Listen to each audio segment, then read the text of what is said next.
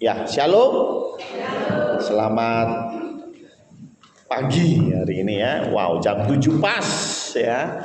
Jam 7 pas dan hari ini kita di bulan yang baru yaitu bulan Agustus ya. Tadi sudah dikasih spill-nya oleh WL bahwa bulan ini pastinya rame dengan merah putih ya. Terima kasih untuk tim PAW yang sudah memimpin kita di dalam puji-pujian ya. Dan lagu yang pertama tadi kayaknya lagu baru ya. Saya belum tahu ya. Baru saya lagu baru ya. Nah, hari ini kita punya tema bulan ini sebetulnya temanya adalah bangsa dan negara gitu ya. Bangsa dan negara.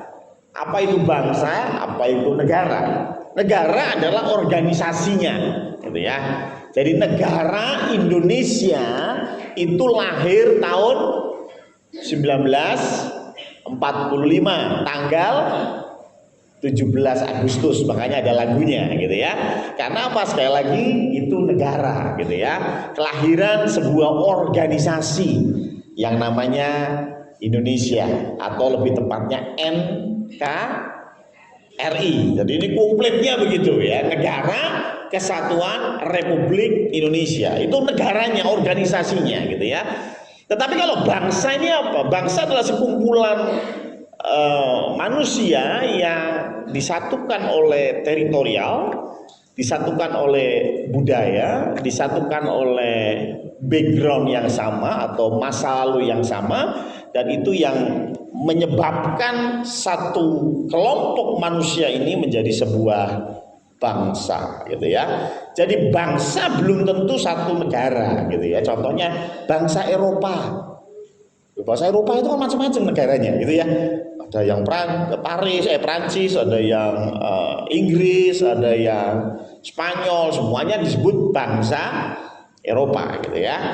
Nah, kita juga disatukan juga contohnya bangsa Asia. Ini Asia banyak gitu ya. Kita disatukan oleh satu teritorial yang tinggal di Asia. Nah, karena itu bangsa ini tentu kalau kita bicara kelahiran yang di sebelah kiri saya, Nusantara Baru, Indonesia Maju, ini bicara negara. Ya, tapi bangsa itu jauh lebih tua. Ya. Bangsa itu jauh lebih tua. Makanya ada yang tahu Sumpah Pemuda? Ngomongnya apa? Kami negara Indonesia gitu kan? Mengaku berbangsa, betul ya.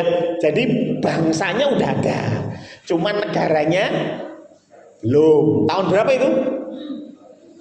1928, betul ya. Tanggalnya lali ya, 17 Agustus gitu. Enggak lah ya.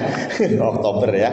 Jadi bangsa ini tidak lagi terikat dengan organisasi gitu ya, maksud saya begitu ya. Nah, karena itu hari ini kita belajar satu tema atau subtema minggu ini, yaitu bicara tentang membangun bangsa. Ya, jadi bukan secara organisasinya, karena organisasi bicara negara. Ya, tetapi membangun bangsanya, people-nya, orangnya gitu ya. Nah, membangun bangsa ini kita bisa pelajari di dalam firman Tuhan, paling tidak ada 4 poin bagaimana kita bisa membangun bangsa ini ya. Saya yakin dan percaya kita semua rindu seperti lagu terakhir ya, bahwa bangsa Indonesia, negara Indonesia terlepas dari semua problema gitu ya. Tapi kita tahu selama kita hidup pasti ada problema ya. Jadi sulit juga. Pastinya kalaupun kita selesai dengan masalah yang satu, pasti ada tantangan yang lain. Tapi itu bagus supaya kita pun semakin hari semakin menunjukkan peningkatan kelas, karena kita sudah melalui banyak permasalahan yang ada. Nah, membangun bangsa yang pertama adalah gimana caranya membangun bangsa. Itu yang pertama, coba kita lihat di Matius 5 ayat 13 sampai 16. Matius 5 ayat 13 sampai 16 berkata gini, kamu adalah garam dunia. Jika garam itu menjadi tawar, dengan apakah ia diasinkan? Tidak ada lagi gunanya selain dibuang dan diinjak orang. Next. Kamu adalah terang dunia. Kota yang terletak di atas gunung tidak mungkin tersembunyi. Lagi pula orang tidak menyalakan pelita lalu meletakkannya di bawah gantang, melainkan di atas kaki dian sehingga menerangi semua orang di dalam rumah itu. Demikianlah hendaknya terangmu bercahaya di depan orang, supaya mereka melihat perbuatanmu yang baik dan memuliakan Bapamu yang di sorga. Jadi yang pertama adalah menjadi terang, menjadi garam. Ini bicara apa? Ayo kita berkontribusi positif. Kalau zaman itu dikatakan bahwa pelita tidak akan ditaruh di bawah gantang, gitu ya. Zaman sekarang sesuatu yang positif, sesuatu yang baik itu ditaruh di mana? Harusnya. Kalau ditaruh di kaki dian, zaman itu ya kan, zaman itu kaki dian. Maksudnya ditaruh di satu tempat yang bisa menerangi banyak, yang bisa dilihat oleh banyak orang. Pertanyaan saya, kalau zaman sekarang apa? Yang bisa dilihat oleh banyak orang, apa? Yoi, medsos, betul ya?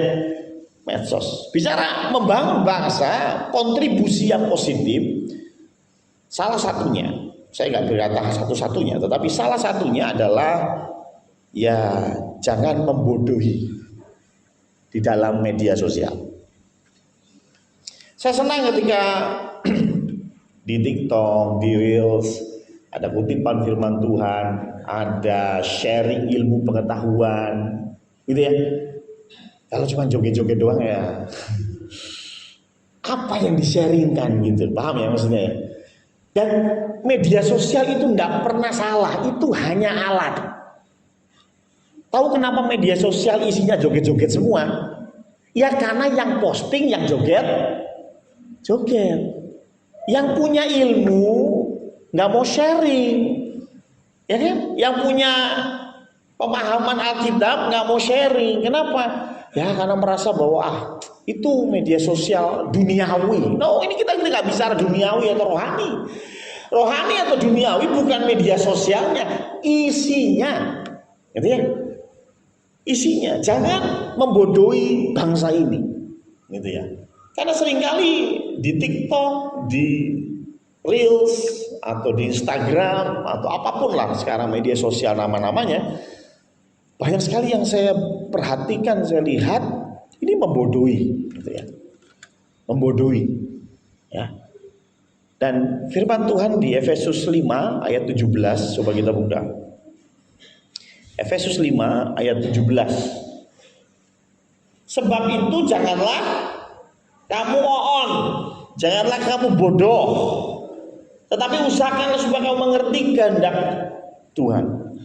Jadi bicara tentang kebodohan, ini tipis sekali ya zaman sekarang ya. Saya pernah sampaikan ini di YouTube saya juga kayaknya, saya lupa tahun berapa, udah lama. Tahukah Anda kenapa kita ke dokter itu diperbolehkan, tetapi kita ke dukun enggak? Ada yang masih bisa ingat apa jawaban saya? Kenapa ke dokter boleh? Kan sakit nih, ke dokter, ya kan? Minta obat, dikasih obat kita minum. Ke dukun, kan sama, pengen sembuh juga. Ke dokter pengen apa? Sembuh. Ke dukun, sembuh. Ke dokter dikasih obat, ke dukun juga dikasih tuh. Oh nanti jam 12 malam, ini air sudah didoakan, kasih di depan rumah. Nah, itu ya kan sama kan? Yang ini juga sama. Ini obat, nanti jam 12 malam minum sebelum tidur, tapi sebelum itu makan dulu. Sama nggak? Sama. Tapi pertanyaan saya, wah, yang satu boleh, satu tidak boleh. Kenapa? Satu kata yang membedakan. Bodoh. Apa maksudnya bodoh di sini? Kenapa ke dokter kita boleh? Bukan masalah kita ke dokter itu berarti menduakan Tuhan. Kita, karena ada beberapa hamba Tuhan zaman dulu ya, tahun 70-an, tahun 60-an, bahkan anti ke dokter. Kenapa? Nek sakit, berdoa. Ya, nggak mau ke dokter. Kenapa? Itu menduakan Tuhan. Ya, itu menduakan Tuhan. Nggak mau. Saya pokoknya berdoa Tuhan pasti sembuhkan. Apakah begitu? Ke dokter itu boleh selama Anda pakai pikiran Anda pakai ini ya, mengertinya Anda. Jangan ke dokter cuman hehe. Sakitnya apa? Mbuh. Nah terus ngapain? Pokoknya suruh minum obat tuh sembuh nanti gitu. Ya apa sih? Itu sama Anda ke dukun. Anda ke dukun tuh enggak perlu pakai pikiran. Lah yang sakit kaki disuruh jam 12 malam buka botol air diguyur di depan rumah. Kira-kira masuk akal nggak? Yang sakit apanya? Kaki. Loh, bener nggak? Loh, dan yang aneh, ono sing percaya. Berarti yang percaya tuh maaf ya, bodoh nggak? Bodoh. Lah kalau ke dokter kan kita dikasih penjelasan logis. Pak Joko, jenengan ini ada penyumbatan di pembuluh darah sehingga menyebabkan ini. Gitu ya Pak ya? Dijelasin toh? Gak ujuk-ujuk, wis pokoknya percaya maka training sore kok tak pasang jambi-jambi kan ya enggak. Ya toh? Di dokter pasti dijelasin dulu kenapa masalahnya, solusinya apa, gitu kan? Silakan dipilih mau bagaimana, risikonya apa, betul nggak? Ini bicara apa sih? Dipakai. Betul kan? Dipakai. Gak asal aja. Wis pokoknya percaya sama dokter, suruh ngapain aja. Tanya, di dokter itu tanya. Itu sakitnya apa? Kenapa? Bagaimana caranya sembuh? Piye logikanya bagaimana? Ini bicara jangan bodoh. Anda tahu bedanya judi sama jual saham? Saya masih ingat beberapa minggu yang lalu Febri pernah cerita bahwa dia main saham ya misalnya. Oh saya nggak tahu ya. Pertanyaan saya sederhana, apa bedanya judi sama main saham? Sama dengan dokter sama dukun. Kalau yang namanya judi itu gimana sih? Pernah ada yang main judi? Kok saya yang katakan ya? Ya toh, kalau yang namanya main judi gimana? Oh, pasang nomor Pak Pendeta. Oke, siap. Oke, pasang nomor ya. Terus Anda tahu nggak besok itu keluarnya berapa angkanya? Ya udah tahu. Nah, terus kok percaya nih masang 68 masih menang? Yo pokoknya ono sih wingi kayak ono sing kecelakaan. Plat nomornya 68. Makanya saya masang. Nah, saya mau tanya sederhana saja. Iku mikir apa sih? Dia memasang 68 itu mikir enggak sih? Wis gitu aja lah. Mikir enggak? Pasti enggak mikir. Ya, entah alasannya apa. Bener teman saya tuh lihat orang kecelakaan, pasang nomor plat nomornya menang loh. Itu kan enggak mikir gitu. Tahu saham bedanya? Warren Buffett, seorang pemain piala saham. Bagaimana dia bisa cuan terus dalam sahamnya? Dia pelajari betul perusahaan yang mau dia beli sahamnya. Dipelajari betul. Indofood, pokoknya dipelajari dulu. Oke, begini, datanya seperti apa? Oh, ternyata meningkat terus. Oke, saya beli saham. Ngerti ya? Jadi dia ambil keputusan itu bukan semata-mata ngimpi, nggak semata-mata lihat orang kecelakaan, enggak. Tetapi dia sudah pikirkan betul, oh oke, ini baik. Ke depan itu memang akan lebih banyak lagi mobil listrik. Karena itu tembaga ini akan semakin naik harganya. Batu bara akan semakin naik harganya. Logis gak? Logis. Kalau saya beli saham di perusahaan batu bara, maka saham saya akan naik. Enggak terus, kenapa kok beli saham batu bara? Ya ikut-ikutan teman saya beli saham batu bara, ya saya juga beli. Bedanya apa sama pasang nomor? Gimana? Ya kan? Sama halnya dengan Anda berbisnis. Mau bisnis apa? Oh, aku mau jual gorengan. Oh bagus. Sudah dicek belum pasarnya seperti apa? Belum. Mau jualan di mana? Ya saat itu lah. Loh, iki meh bisnis atau mau judi. Loh, beda tipis loh. Jangan dikira judi itu hanya pasang nomor, judi itu hanya itu tadi ya, bola, main bola. Loh, main bola pun kalau Anda pakai pikiran itu bukan judi namanya. Nah, ya tuh. Maaf ya, tidak merendahkan, tetapi kalau MU lawan PSIS taruhan menang di. Ayo. Kenapa? MU yakin kenapa? Loh kan logikanya masuk tuh, paham ya? Kalau logikanya tidak masuk, itu namanya judi, sudah itu aja. Pegangan itu. Dalam apapun juga. Siapa di sini yang cari jodoh itu bermain judi? Lu ada loh, cari jodoh main judi. Tidak pakai pikiran. Ya kan? Tidak pakai pikiran. Oh, kalau orang Jawa Tengah itu terkenal setia. Emang nggak ada orang Jawa Tengah yang selingkuh? Ada, berarti kan statement itu tidak bisa dijadikan patokan. Setuju? Oh, orang Sunda itu suka kawin. Ada nggak orang Sunda yang setia? Ada, ya. Artinya itu nggak bisa jadi patokan. Come on, berpikir yang lebih realistis. Dan cobalah ini kita berbagi kepada yang lain. Sehingga bangsa ini tidak menjadi bangsa yang bodoh.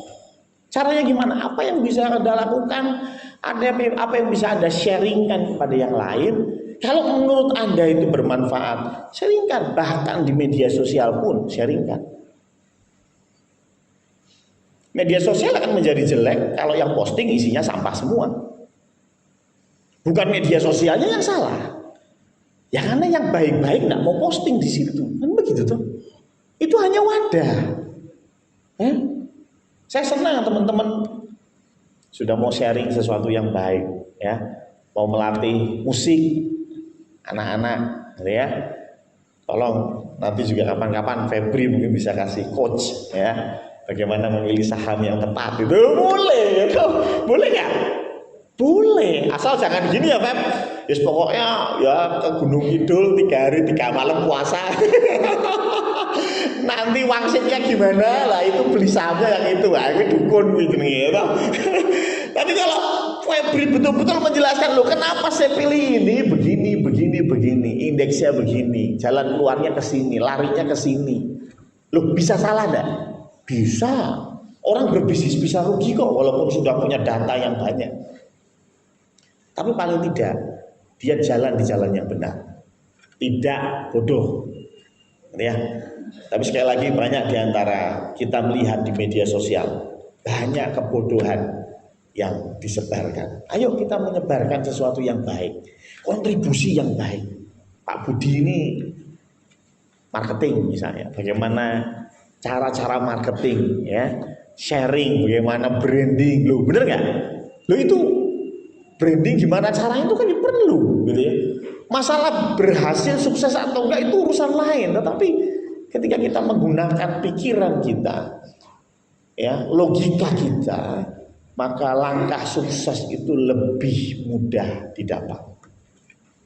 Ya, sama seperti ada yang bilang, oh, lawong manusia paling kaya Bill Gates saja nggak lulus kuliah, ngapain saya kuliah? Kan gitu ya. Bill Gates itu tidak lulus kuliahnya, ya. Biasanya kan jadi alasan begitu ya. Cuman pertanyaannya, berapa persen sih orang yang tidak lulus kuliah sukses? Dan berapa persen orang yang sukses sekolahnya tinggi? Lu bener kan? Dari data itu kita bisa, oh ya berarti kudu sekolah, selesai tuh. Sebenarnya logika kita bisa dipakai kok, ya. Dan ini yang kita harus tingkatkan. Ya, jangan membodohi bangsa ini, dan dimulailah jangan membodohi keluargamu, ya. Jangan membodohi anak-anakmu. Saya tahu kadang-kadang ya zaman dulu kita seringkali dikasih jawaban sekenanya, ya kan? Makan pakai piring terus begini piringnya, Dimarahin ya? Dimarahin. Ya toh, sama bapak ibu. Terus ketika tanya, kenapa gak itu? Nanti hidupnya minta.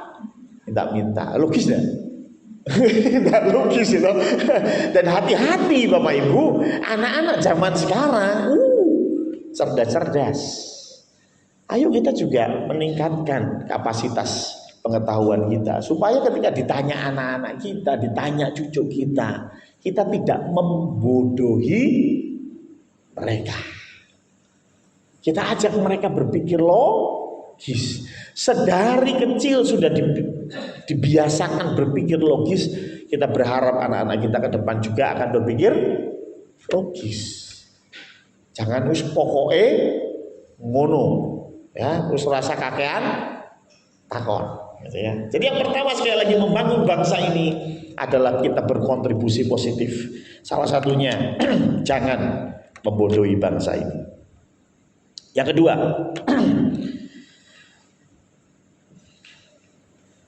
Mika 6 ayat 8. Kita buka ya, Mika 6 ayat yang ke-8.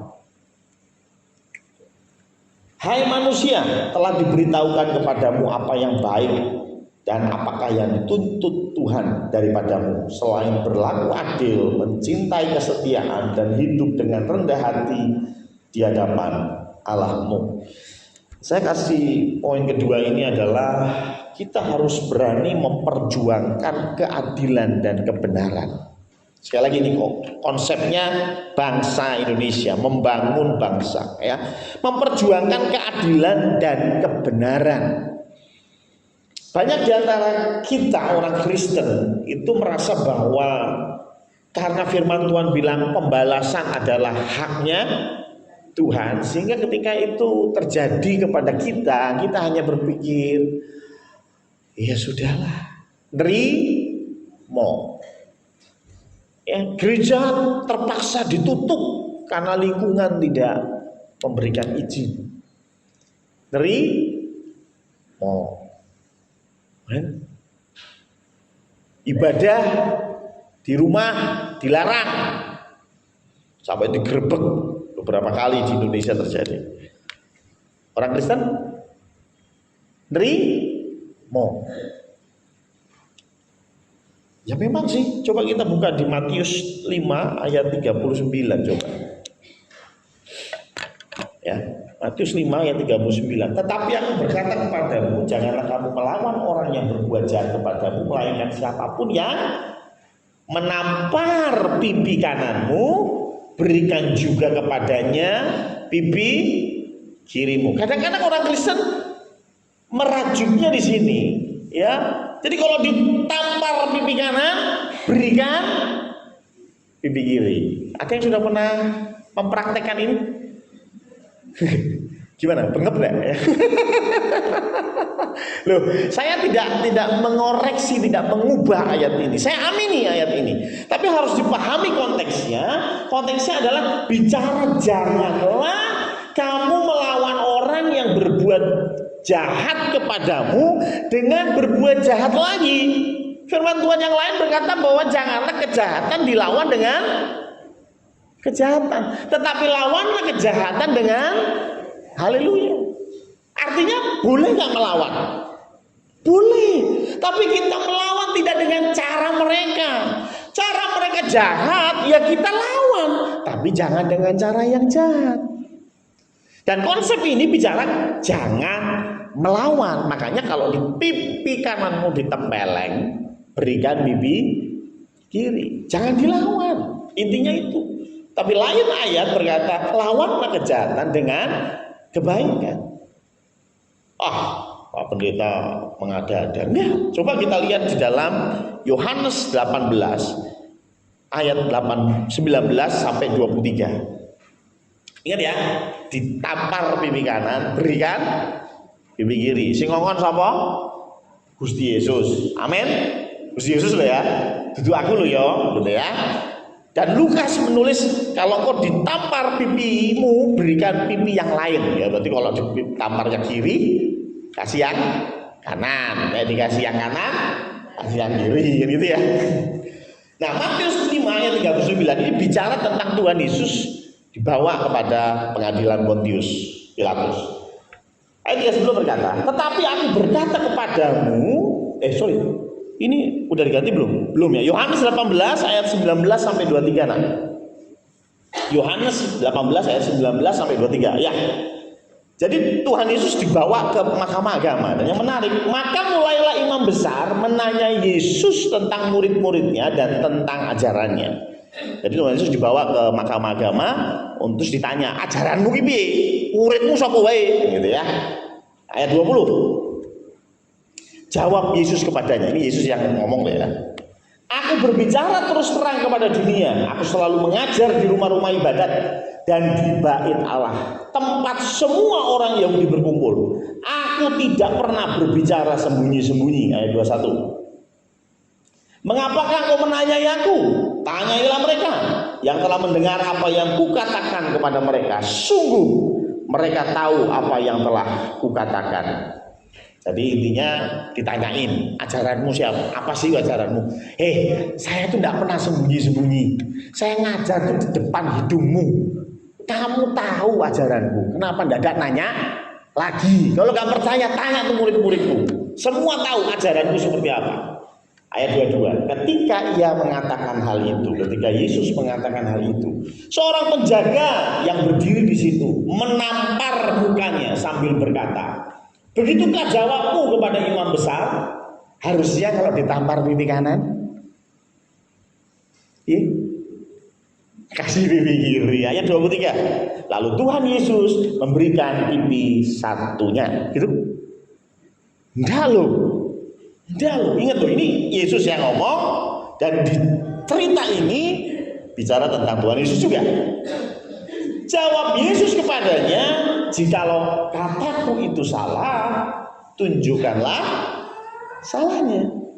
Tetapi jikalau kataku itu benar, mengapakah engkau menampar aku?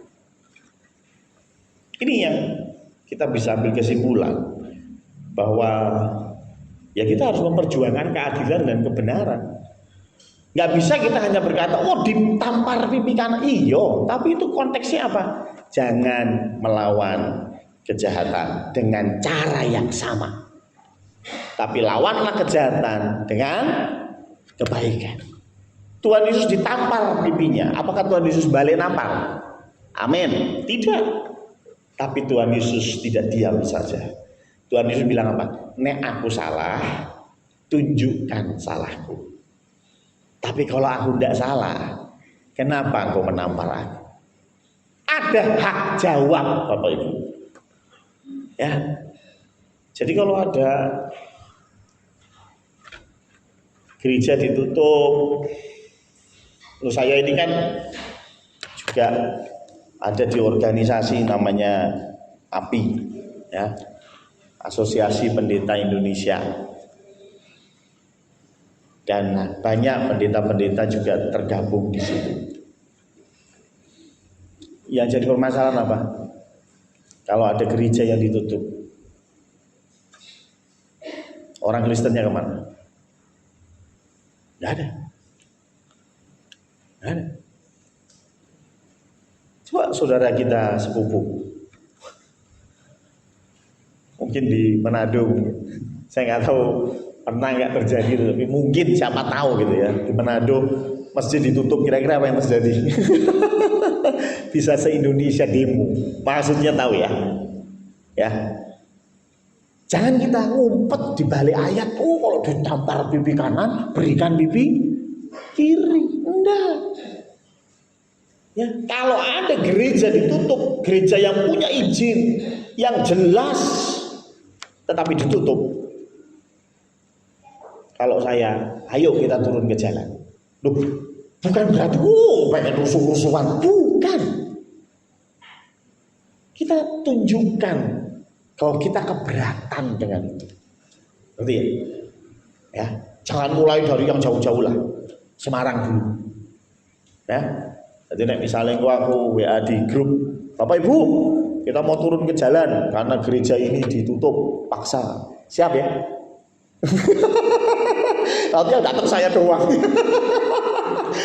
Yang bengak-bengok saya doang ya. Ayo kita tunjukkan ya. Ini membangun bangsa gitu loh. Membangun bangsa.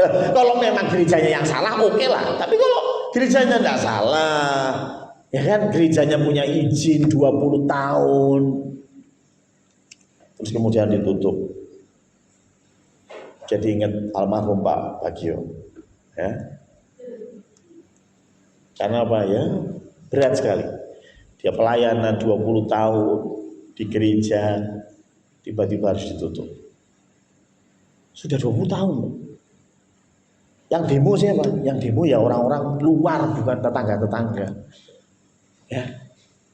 Tapi dia berjuang sama siapa? Sendiri. Sendiri. Paling mentok sama jemaatnya yang tidak seberapa banyak. Pertanyaan, kemana orang Kristen yang lain? Kita berdalih di ayat. Kalau ditampar pipi kanan, berikan pipi kiri. Loh, kita tidak mau ribut, tidak mau rusuh. Bukan itu poin saya. Tapi poin saya adalah, ayo kita memperjuangkan keadilan dan kebenaran. Ya, kalau salah ya kita ngomong salah, kalau benar ya ngomong benar, dan ngomongnya ojo dibatin, gitu loh maksud saya. Ya kan? Ya. Nah, kalau kira-kira gereja sudah berdiri puluhan tahun terus ditutup, kira-kira bener apa salah sekono lah. Ya kan? Sederhana saja. Ya. Tetapi sekali lagi, ayo kita membangun bangsa ini. Ya, bangsa ini sudah, negara ini sudah 79 tahun. Bangsa ini jauh lebih tua lagi. Ya. Tapi ayo kita membangun bangsa dengan memperjuangkan keadilan. Ya. Kalau memang itu benar, ya kita ngomong benar. Ya. Dan kita berani mempertanggungjawabkan apa yang menjadi opini kita. Ya. Itu yang kedua.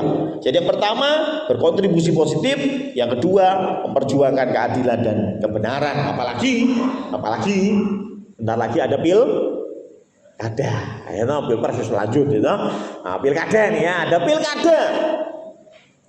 Ya walaupun disertai dengan banyak intrik politik, ya pokoknya ono pilkada besok. Ya pesan saya, pilihlah orang-orang yang benar. Ya, jangan hanya nunggu serangan fajar. Ya. Kalau buat saya sih, kalau nanti diserang fajar-fajar, terima wae, lu kayak iyo ya toh. Tapi masalah milih liyane, ngono ta ya kan. Ya kita harus cerdik seperti ular ya kan. Ya, jadi pilihlah pilkada besok, pilih yang orang-orang yang memang Anda tahu betul, jangan berjudi. Ya toh. Pilih kandidatnya ada 2, Pak Pendeta yang mana? Ya wis lah, ngitung benih. Ya. ABC, oh A, coblos A. Yes. Ya toh, itu bodoh sekali ya toh. Yang ketiga, mari kita baca di dalam Markus 12 ayat 30 sampai 31. Markus 12 ayat 30 sampai 31. Oke. Kasihlah Tuhan Allahmu dengan segenap hatimu dan dengan segenap jiwamu dan dengan segenap akal budimu dan dengan segenap kekuatanmu. Ayat 31. Dan hukum yang kedua ialah kasihilah sesamamu manusia seperti dirimu sendiri. Tidak ada hukum lain yang lebih utama daripada kedua hukum ini. Ya. Dan Galatia 6 ayat 1 sampai 4 coba dibaca. Galatia 6 ayat 1 sampai dengan 4. Saudara-saudara, kalaupun seorang kedapatan melakukan sesuatu yang salah, suatu pelanggaran, maka kamu yang rohani harus memimpin orang itu ke jalan yang benar dalam roh lemah lembut, sambil menjaga dirimu sendiri supaya kamu juga jangan kena pencobaan. Ayat 2. Tolonglah menanggung bebanmu, demikianlah kamu memenuhi hukum Kristus. Ayat 3. Sebab kalau seorang menyangka bahwa ia berarti, padahal ia sama sekali tidak berarti, ia menipu dirinya sendiri. Ayat 4. Baiklah tiap-tiap orang menguji pekerjaannya sendiri, maka ia boleh bermegah melihat keadaannya sendiri dan bukan melihat keadaan orang lain. Ini bicara poin kedua tadi, ayat kedua, tolonglah. Ora usah ngerusoi pekerjaane wong liya. Berkacalah, kamu itu sudah melakukan atau belum, kan? Menguji pekerjaan Bu Majelis, enggak ya? Ayatnya enggak gitu ya. Puji Tuhan Bu Majelis ya. Ya, kalau biarlah baiklah tiap-tiap orang menguji pekerjaan Bu Majelis, wah repot. Baiklah tiap-tiap orang menguji pekerjaan sendiri. Banyak di antara kita ribut upiak ngurusi pekerjaan orang lain, dan dia sendiri tidak kemana-mana. Ya, wah itu laporan keuangannya begini, wah itu salah terus, wah itu. Loh, boleh. Kritikan yang baik tentu membangun kita bersama. Amin. Amin. Pertanyaanku sederhana, sing mbok lakokno apa? Jangan hanya kritik, kerjaannya ini nggak bener, ketua Genji nggak bener, ngasih pengumuman sehari sebelumnya, betul ya Pak Gunung ya? Ya, ketuanya nih memang wah niat. Loh, kritikan seperti itu baik, ya toh, supaya ke depan ya diumumkannya jauh-jauh hari. Saya nggak bilang itu ngawur ya Gunung ya. Ini bagus ya, jadi untuk Gunung dan teman-teman pengurus Genji tetap tingkatkan ya, harus bisa semakin baik. Tapi jangan terlalu asing ngurusin pekerjaan orang lain. Ya, pekerjaan itu ngapain? Oh, saya memang profesional kritikus, gitu. Jadi kerjanya ngeritik, gitu.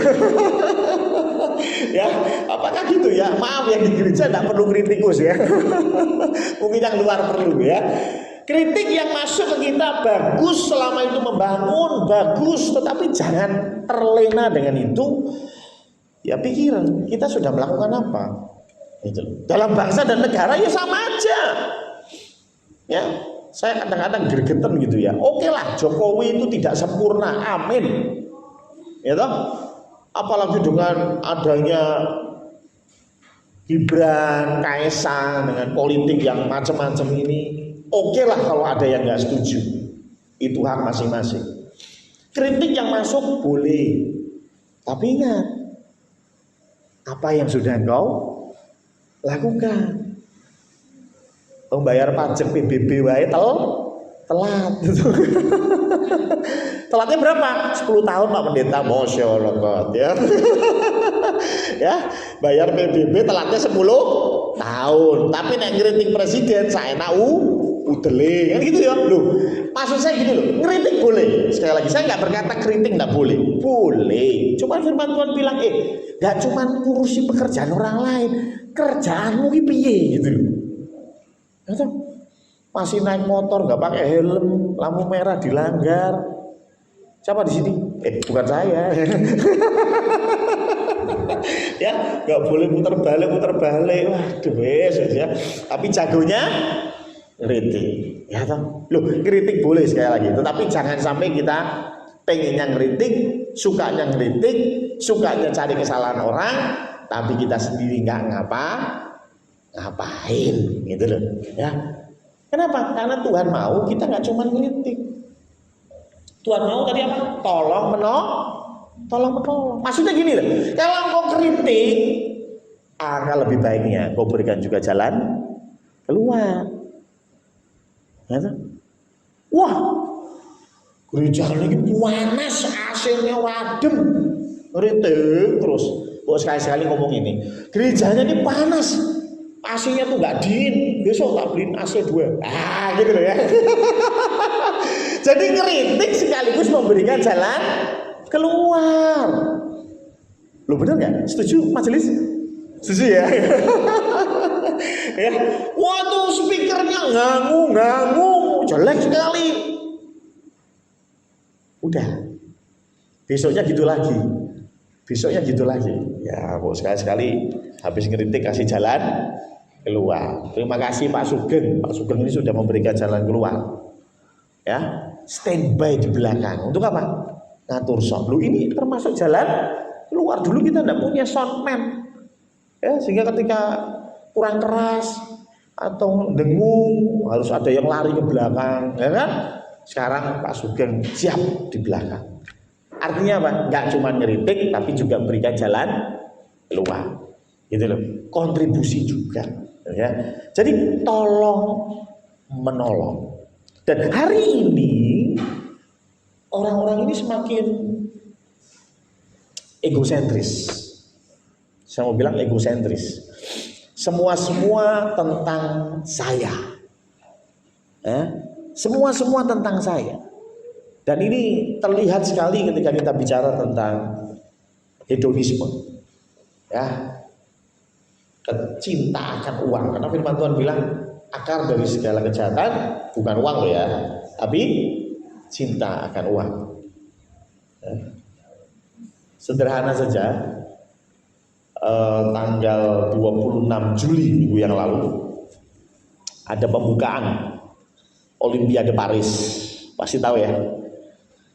Ya, Olimpiade Paris itu dibuka dan amat sangat kontroversial. Ya, salah satunya mereka menampilkan seperti lukisan Last Supper, ya, yaitu perjamuan terakhir Tuhan Yesus di tengah, gitu ya, dan murid-muridnya di kanan kiri. Tahu ya, sebetulnya itu Last Supper versi abad ke-15. Ya, kursinya panjang, Tuhan Yesus di tengah, kanan kirinya murid, dan salah satu muridnya bersandar di bahunya, yaitu Yohanes. Ya, dan itu menjadi ikon sampai hari ini, itulah Supper. Walaupun sebetulnya nggak gitu pada zaman Yesus. Kenapa? Yang pertama, zaman Yesus belum ada kursi. Belum ada kursi. In English we call lesehan. Ya. Jadi zaman dulu itu lesehan.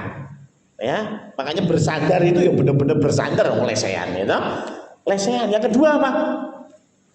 Nggak ada meja panjang. Zaman dulu mejanya bentuknya U, ya, untuk memudahkan berbincang-bincang. Karena zaman dulu makan itu berbicara tentang berbincang-bincang, bukan semuanya satu arah ke sana semua. Itu konferensi pers namanya, ya. bukan makan bersama, gitu ya. Makan bersama ya mejanya U-shape, ya, bentuknya U, supaya yang melayani juga bisa ada di situ dan bisa saling berkomunikasi. Makanya ketika Tuhan Yesus bilang, orang yang makan satu piring denganku akan mengkhianati aku. Terus di firman Tuhan berkata bahwa saat itu Petrus tanya kepada Yohanes dengan bahasa isyarat. Ya mungkin, kenapa bisa begini-begini? Karena duduknya nggak lurus begini. Karena duduknya lurus begini, piye bahasa isyaratnya? Ngangel. Ya kan? Tetapi zaman itu bentuknya U. Jadi yang sini Yohanes, sini Petrus. Adep-adepan, bisa tanya dengan bahasa isyarat, sopo kuwi, ya kan? Karena Tuhan Yesus bilang begitu. Tapi ini kenyataan. Dan banyak orang yang kemudian protes dengan performance itu. Kenapa? Karena yang tampil di situ lejebet. Do you know lejebet? LGBT. Bahkan sekarang itu nggak cuma LGBT, orang panjang lagi tuh. LGBTQ apa gitu ya, semakin panjang, gitu ya. Karena tambah gak jelas gitu ya. Ada yang laki-laki seperti perempuan, namanya apa? Perempuan seperti laki-laki, apa namanya? Perempuan seperti laki-laki tapi suka dengan perempuan, apa namanya? Laki-laki seperti perempuan suka dengan perempuan, apa lagi namanya? Pusing sekali itu ya. LGBT. Ya, pasti semua sudah tahu begitu kontroversialnya. Dan yang menarik, Presiden Prancis, Pak. Presiden Prancis Emmanuel Macron itu nge-tweet kalau nggak salah ya. Oh sekarang bukan tweet ya, namanya X ya. Nge-X gitu ya. Karena sudah dibeli sama Elon Musk. Mas Elon ya, orang kudus. Nah Elon Musk ini ya, mengganti tweet jadi X kalau nggak salah ya. Dan dia kasih X ya, satu statement di media sosial. Dia bilang apa? Inilah Paris. Maksudnya apa sih? Ya, kita begini. Lu terima syukur, enggak ya wis. Ya ini yang saya bicara, egosentris. Termasuk di dalamnya LGBT. LGBT itu yang penting apa sih? Yang penting saya puas. Saya ini laki-laki tapi saya senang sama yang berewokan. Yang penting saya puas. Orang lain mau nggak setuju, karepmu. Firman Tuhan nggak setuju, karepmu. Sing penting aku senang sing berewokan. Ada amin? Jangan, dong amin itu. Yang model begini loh, ini banyak terjadi. Egosentris. Salah satunya LGBT itu. Mereka berlindung dari alasan apa sih? Hak asasi manusia. Betul? Berlindungnya masih di situ. Loh, hak asasi manusia. Anda mau tahu yang lebih parah? Di negara kayak Eropa, Amerika, Australia itu mereka punya aturan umur 18 tahun. Orang tua tidak boleh campur tangan urusan pribadi anak. Maaf ya, ini sedikit vulgar tetapi biar Anda tahu gitu ya. Jadi kalau umur 18 tahun, anakmu perempuan bawa temennya laki-laki masuk kamar, kalian sebagai orang tua tidak bisa larang. Gila nggak itu? Lu bener nggak? Maaf kata-kata saya yang kasar, tetapi buat saya ini nggak masuk akal. Ya? Kalau orang tuanya marah ini, kamu ngapain lo di dalam kamar berdua? Ini hak saya. Karena saya sudah 18 tahun. Bisa apa? Saya. Ini yang terjadi. Orang nggak lagi memikirkan tolong menolong. Saya yang penting. Yang penting saya senang, yang penting saya enjoy dan saya dilindungi oleh hukum. Saya khawatir Indonesia akan terseret ke arus yang sama. Salah satunya yang sudah kelihatan apa? Ada guru, muridnya nakal, dijewer. Muridnya nakal, dijewer. Apa yang terjadi? Gurunya dilaporkan ke polisi. Loh, ini sudah terjadi di Indonesia. Tanya itu bapak-bapak guru, ibu-ibu guru. Aduh nak, cuma dijewer. Ya. Saya tuh dulu diajar sama namanya Pak Giarto, saya masih ingat, dia guru fisika. Ya, jadi kalau istirahat pada keluar ya, sudah bel masuk. Kalau beliau sudah masuk ke dalam kelas dan ada anak yang datang terlambat, ini pintu ya, sama dia itu anaknya ditendang sampai ujung sana. Ditendang sampai ujung sana, yang guyu terus duduk gitu. Nah, kalau sekarang itu sudah kayak apa itu ya kan? Lu bener nggak? Lu yang seumuran saya pasti paham ya kan? Itu ada guru killer itu ngeri gitu.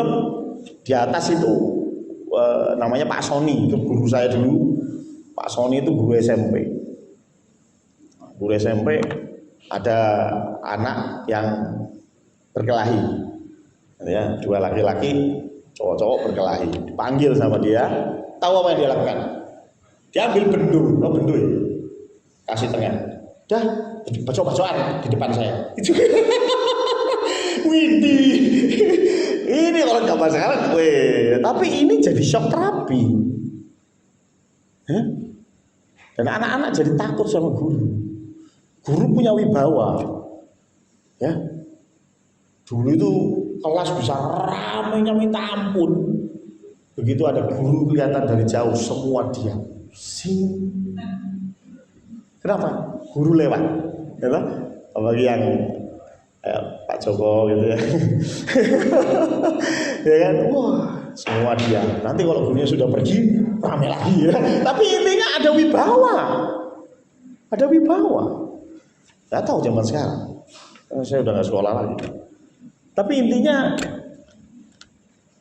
semua bicara utuh hak anak. Jangan salah, kita sebagai orang tua punya hak untuk mendidik mereka. Amin. Emang yang ngasih makan anak-anak tuh pemerintah? Bu Harti, maaf, Vero yang ngasih makan Pemkot nopo? Betul gitu? Saya itu gitu. Lo bener ya? Lo kan logika sederhana. Lo ingat kita harus mikir gitu loh. Ya, lo kalau memang anak kita perlu kita didik, ya didiklah dia. Ya, apa mau negara kita nanti suatu hari melegalkan yang tadi itu, umur 18 tahun, anakmu narkoba, mau alkohol, terserah, kamu tidak bisa ikut campur. Egois. Ada lagi orang-orang yang sangat egois. Saya bisa ambil satu, ya terserah lah, nanti saya mau dibilang pencemaran nama baik atau apa ya, tapi beritanya sudah sampai mana-mana. Anda tahu produk Apple, handphone Apple, Anda tahu itu diproduksi di mana? Cina. Anda tahu kasus yang ada di sini? Apple itu jadi perusahaan dengan nilai terbesar di dunia. Apple. Tapi yang miris apa? Pekerja-pekerja yang bikin handphone itu di Cina itu bahkan sampai bunuh diri. Kenapa? Gajinya kecil, kerjanya diforsir, mereka nggak kuat.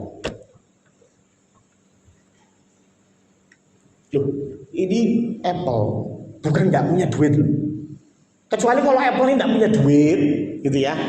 Terus pekerjanya dikasih uangnya sedikit, ya kan? Keringatnya diperas, oke lah. Waduh rakoso nih. Tapi no, dunia nggak lakukan itu. Apple jadi perusahaan terbesar dengan keuntungan triliunan, tapi pekerjanya, sampai bunuh diri karena stres. Banyak yang seperti itu. Banyak. Anda tahu ada tas yang harganya 1 miliar. Tas.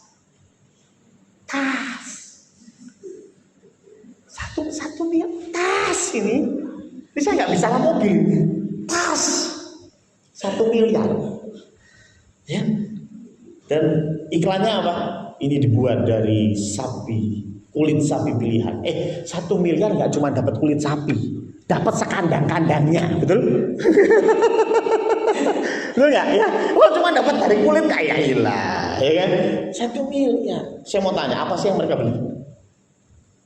Bukan tasnya, brand di balik itu, ya kan?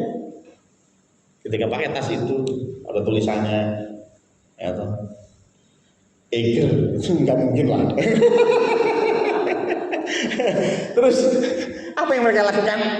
Oh, semua Instagram, semua medsos dia isinya dia dan tas itu. Supaya apa? Supaya semua orang tahu dia bisa beli tas harga 1 M. Loh, saya tidak melarang Anda beli tas 1 M. Tapi kalau Anda beli tas 1 M, tapi Anda gaji ART-mu 1 juta sebulan, gimana? Ngerti ya maksudnya? Ini nggak ada tolong-menolongnya di sini.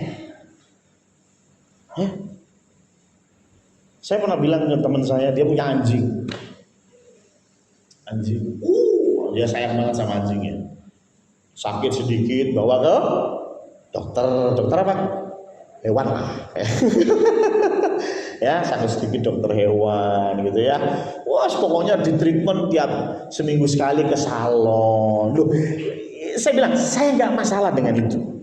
Cuma pertanyaannya, kalau engkau spend begitu banyak uang untuk ngurusin anjing, tetapi asisten rumah tanggamu sakit, kamu cuma kasih botrek, pes,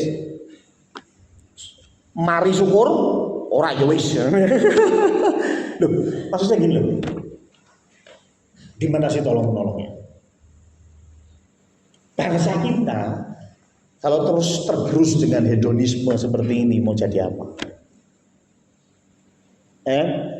Perusahaan-perusahaan sudah mulai masuknya ke outsourcing dan lain sebagainya. Loh, kalau perusahaannya memang nggak bisa untung, saya paham.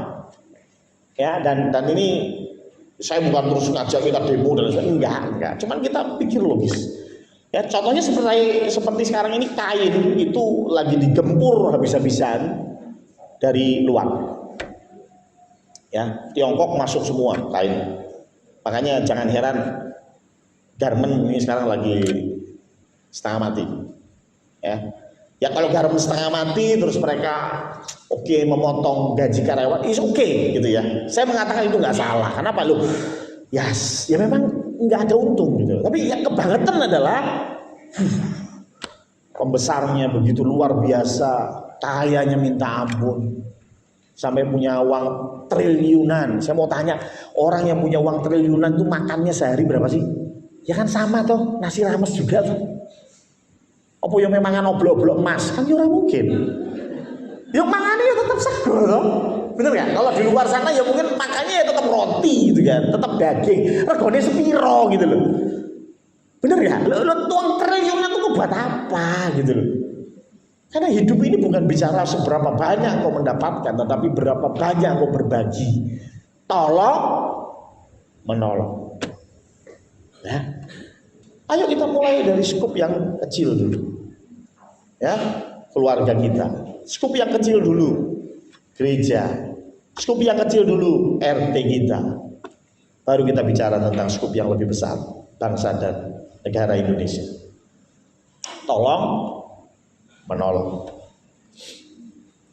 Jangan kalau suaminya butuh duit, suaminya bilang ke istri, "Mah, ada uang 100.000.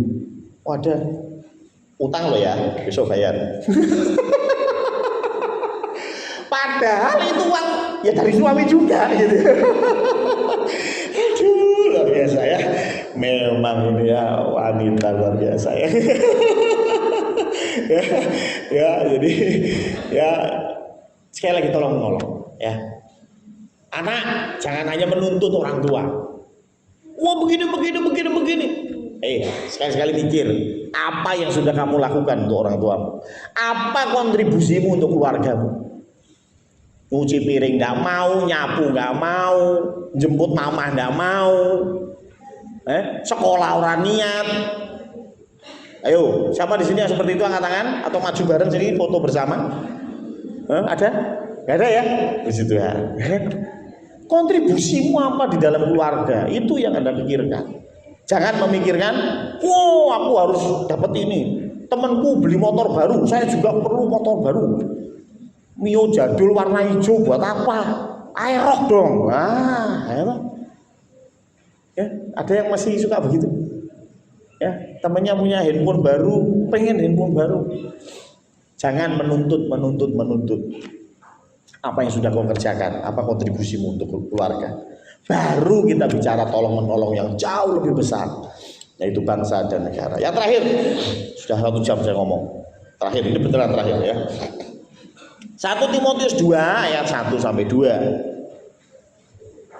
1 Timotius 2 ayat 1 sampai 2. Pertama-tama aku menasihatkan, naikkanlah permohonan, doa syafaat dan ucapan syukur untuk semua orang. That's good. Ayat 2. Untuk raja-raja dan untuk semua pembesar, agar kita dapat hidup tenang dan tentram dalam segala kesalehan dan kehormatan. Jadi yang terakhir, setelah yang pertama berkontribusi positif, yang kedua memperjuangkan keadilan dan kebenaran, yang ketiga bertolong-tolongan, dan yang keempat yuk berdoa. Ya, buat siapa? Kalau sekarang itu kan berarti untuk presiden, betul ya? Untuk menteri, untuk Pak RT, Pak RW, Pak Lurah. Ayo kita doakan. Kenapa? Loh, kita ini punya Tuhan. Ya, kita ini punya Tuhan, ojo lali. Jangan berdoa hanya untuk saya, dan saya. Tetapi doakan juga para pemimpin kita. Ya. yang terbaik buat mereka. Ya, kita ini kadang-kadang suka jadi penonton. Jadi penonton itu gimana sih? Kalau ada pemain sepak bola, wah gitu aja nggak bisa. Wah, nendang aja nggak pas. Wah, lah, kita ini cuma jadi penonton. Coba engkau ada di posisi mereka. Enggak. Ya. Ini yang baru heboh kan, wali kota kita tercinta. Ya, Ibu Ita. Ini jadi tercantum dengan APK, saya nggak tahu beliau benar atau salah, itu yang ngurusin mereka lah, ya, yang menyelidiki mereka lah. Tetapi ayo kita berdoa juga buat dia, ya, jangan pas beliau ada di atas posisi bagus, terus maaf nih saya juga di PES Parawi, pas LPPD butuh dana untuk PES Parawi, datang ke Bu Ita, minta dana dari Pemkot, cair, puji Tuhan. Tapi begitu Bu Ita ketangkep, orang Kristen model apa kita? Kalau ada maunya saja, kita dekat. Kalau udah gak ada maunya, kita lari. Ayo kita doakan juga. Saya nggak tahu sekali lagi, dia salah atau benar saya nggak tahu. Tetapi biarlah yang terbaik buat Bu Ita dan keluarga. Ya. Jangan sampai pelayanan dia yang baik, oke lah, ada salahnya, ada kekurangannya. Semua orang juga begitu, betul nggak? Jangankan Bu Ita, Jokowi juga sama.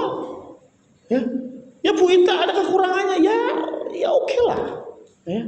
Jangan sampai kekurangannya hanya 10% menghilangkan kebaikan dia yang 90%. Tetap doakan yang terbaik. Ya, pengadilan atau penyelidikan berjalan dengan baik. Sehingga yang salah memang salah, yang perlu dihukum memang dihukum. Tetapi kebaikan jasa-jasa beliau juga jangan kita lupakan. Ya. Saya berkata ini nggak cuma untuk Bu Ita, yang lain pun. Ingat, untuk raja. Ya. Pembesar kita. Itu firman Tuhan yang nyuruh, doakan. Ya, doakan mereka. Jangan cuma pas lagi butuh cari-cari. Tapi kalau mereka kesandung, kita tinggalin, kita syukurin gitu ya. Tetapi ayo kita juga mendoakan yang terbaik buat mereka. Karena kita nggak ada di posisi mereka. Ya. Kelihatannya, senangannya kok korupsi, kalau kita jadi DPR, belum tentu kita bersih. Nah iya tuh, saya ini kebal loh, disogok saya nggak mau Pak Pendeta, disogok piro? 50.000, ya 50.000 mau. Coba yang nyogok 5 miliar, mikir, ya betul nggak? Betul nggak? Jadi yang nyogok kamu cuma 50.000 ya nggak mau. Coba yang nyogok 5 miliar, mikir tuh. Betul lah, ya. Jadi semakin besar, semakin tinggi para pembesar-pembesar kita, mereka semakin perlu doa dari kita semua. Supaya apa? Kita bisa membangun bangsa ini dan menjadi Indonesia maju. Tuhan memberkati.